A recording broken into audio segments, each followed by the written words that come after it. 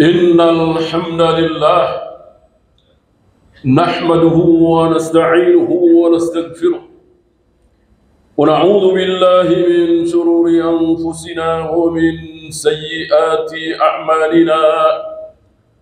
Man yahdihillahu fala mudilla lahu wa man yudlil fala hadiya lahu. Asyhadu an la ilaha illallah wahdahu la syarika lahu wa asyhadu anna Muhammadan abduhu wa rasuluhu wa ba'd. Fa inna khairal kalami kalamullah wa khairal hadi hadi Muhammadin sallallahu alaihi wa alihi wa sallam wa syarral umuri muhdatsatuha fa inna kulla muhdatsatin bid'ah wa kulla bid'atin dhalalah wa kulla dhalalatin finnar. Jamaah Jumat azzakumullah.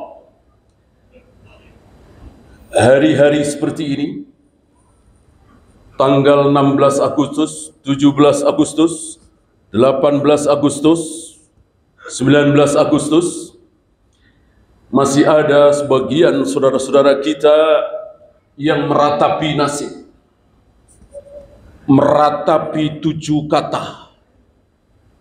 7 kata yang bagus, kenapa dicoret? Yang itu sebetulnya sila pertama di Pancasila. Saya yakin antum masih ingat bahwa Pancasila itu sila pertama dulu, ketuhanan dengan menjalankan syariat Islam bagi pemeluknya. Tentu bagus, kita semua kaum muslimin senang. Yang kafir tentu tidak senang. Karena satu dan lain hal dicoret, diganti dengan ketuhanan yang Maha Esa.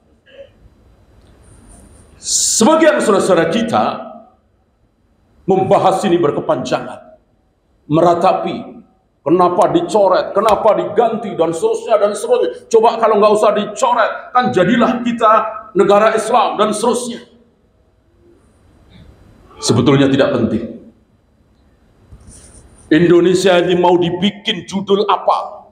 Negara Islam, negara Pancasila, negara demokrasi, negara apalah judul, nggak penting. Yang penting apa? Masjid-masjid penuh dengan sholat berjamaah. Kaum muslimin taat kepada Allah dan Rasulnya. Nggak ada yang berbuat syirik, nggak ada yang berbuat bid'ah.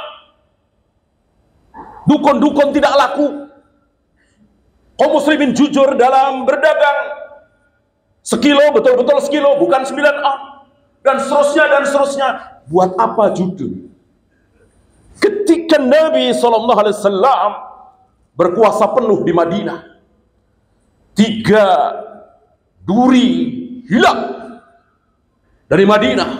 Yahudi Bani Quraidah, Yahudi Bani Qainuqa, Bani Nadir sudah terusir. Dengan berakhirnya perang Khaybar, Madinah sepenuhnya dikuasai oleh kaum muslimin, dipimpin oleh Nabi SAW. Jelas negara Islam. Apa kata Nabi? Apa beliau mengatakan, saudara-saudara, mulai hari ini kita sudah punya negara Islam Madinah? Enggak penting nama negara apa, negara ini, dan yang penting rakyatnya.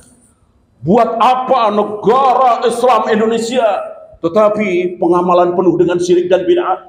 Masjid-masjid kosong, riba dimakan, judi asuransi dilakukan, laki perempuan campur aduk, perempuan mengumbar aurat, sementara judulnya negara Islam.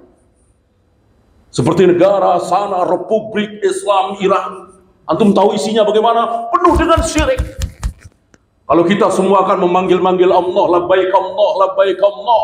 Mereka memanggil-manggil labbaik ya Husain, labbaik ya Husain. Luar biasa apa Islam seperti ini. Sementara judulnya Republik Islam Iran. Mau kita seperti itu? Maka tidak usah berkutat di nama. Tidak usah pusing di nama. Yang penting kita semua tunjukkan bahwa Islam seperti ini. Islam itu jujur. Islam mengikuti sunnah Nabi SAW. Bukan sunnahnya si A, si B, si C. Sunnah adalah sunnah Rasul dan para sahabat. Nggak ada sunnahnya ulama anu, sunnahnya ulama anu, sunnahnya Syekh Albani. Nggak ada. Sunnahnya Syekh Bebas. Tidak ada. Sunnah adalah sunnah Rasul dan para sahabat. Itulah Islam. Tidak usah berkutat dengan nama. Dan insya Allah kita menjadi bodoh dan kita akan berhadapan dengan penguasa yang berkuasa. Tentunya karena namanya penguasa, tentu tidak mau diusik, diutak-atik. Biarkan. Siapapun penguasa kita, yang penting musyrik. Kalau perlu nggak usah diganti-ganti.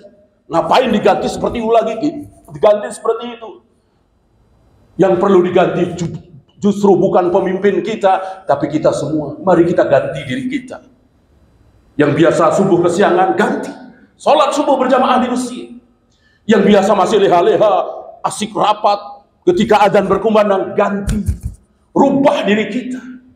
Ini maksud innallaha la yughayyiru ma biqaumin hatta yughayyiru ma bi anfusihim. Maksudnya itu bahwa Allah akan rubah satu negeri kalau rakyatnya berubah. Lihat, domirnya di sini hum, bukan huwa. Artinya yang dirubah, yang diganti bukan satu orang, tapi kita semua kaum muslimin diganti.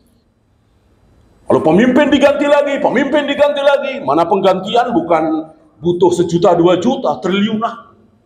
Seolah kita sudah kelebihan duit. Udah habis triliunan yang jadi itu lagi. Ini mubazir yang luar biasa. Justru diri kita ini yang harus diganti. Bahkan para imam menasihati kita semua. Ketika kalian sedang dipimpin oleh penguasa yang zalim, penguasa yang fajir, penguasa yang korup, penguasa jahat, maka jangan salahkan penguasa itu.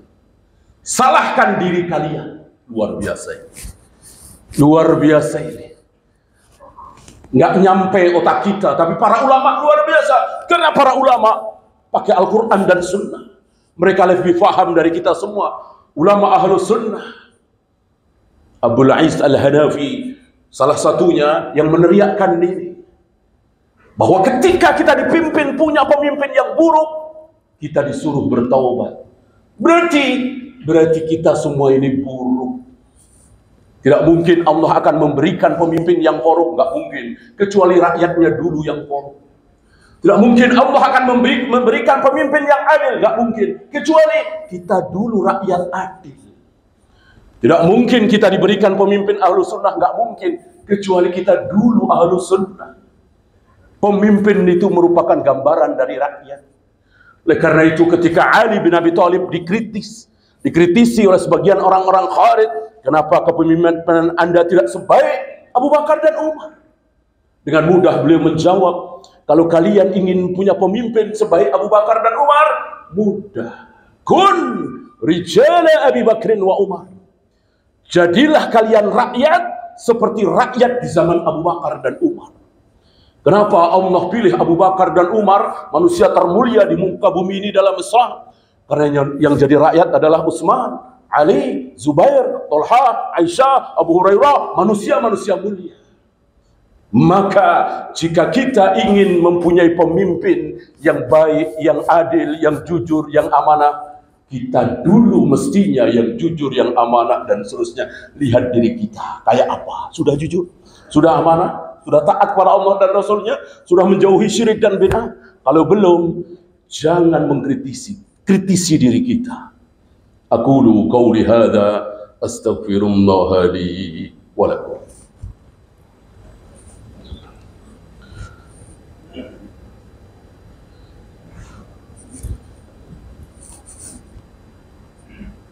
Alhamdulillah hamdan katsiran thayyiban mubarakan fihi kama yuhibbu rabbuna wa yarda. Asyhadu an la ilaha illallah wahdahu la syarika lah wa asyhadu anna Muhammadan abduhu wa rasuluhu wa ba'd. Ayuhal ikhwah, apakah kita akan ditanya di alam kubur atau di padang mahsyar, pemimpinmu dulu seperti apa? Dulu engkau punya wali kota, punya gubernur, punya presiden, seperti apa? Atau kalau istilah kita, dulu engkau milih siapa? Waktu pilkada, pemilu, dulu engkau milih siapa? Adakah pertanyaan seperti itu dari Allah, dari para malaikat?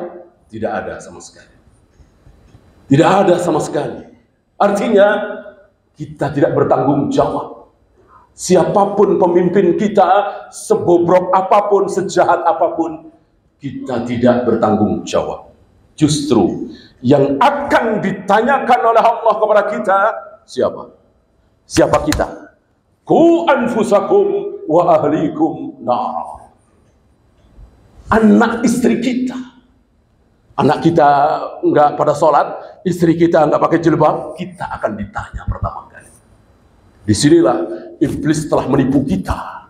Setan telah menjungkir balikkan kaidah ini. Berapa banyak dari kita yang begitu peduli terhadap wali kotanya, gubernurnya, presidennya, oh harus begini, oh harus begini. Tapi anak istrinya dia nggak peduli. Dia biarkan anaknya nggak pakai jilbab, dia biarkan anaknya nggak pada sholat, dia biarkan anak istrinya berbuat maksiat. Ditutup matanya oleh iblis. Padahal yang akan Allah tanyakan kepada dia siapa? Anak istrinya. Gak ada satupun dalil, satupun ayat, satupun hadis yang menyatakan kita akan ditanya tentang pemimpin kita. Inilah begitu suksesnya iblis menipu kita. Dan ini salah satu contoh di antara puluhan, mungkin ratusan contoh di mana iblis menipu kita, setan menipu kita. Sehingga yang bukan kewajiban kita seolah kewajiban kita. Kita dengar sebagian tokoh kita, sebagian saudara kita seolah itu kewajiban kita.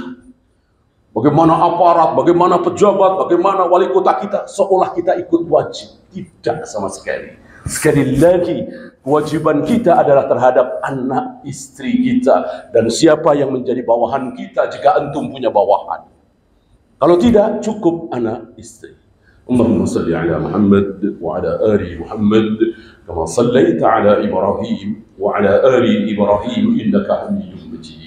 اللهم اغفر للمسلمين والمسلمات والمؤمنين والمؤمنات الأحياء منهم والأموات ربنا لا تزغ قلوبنا بعد إذ هديتنا وهب لنا من لدنك رحمة إنك أنت الوهاب ربنا آتنا في الدنيا حسنة وفي الآخرة حسنة وقنا عذاب النار.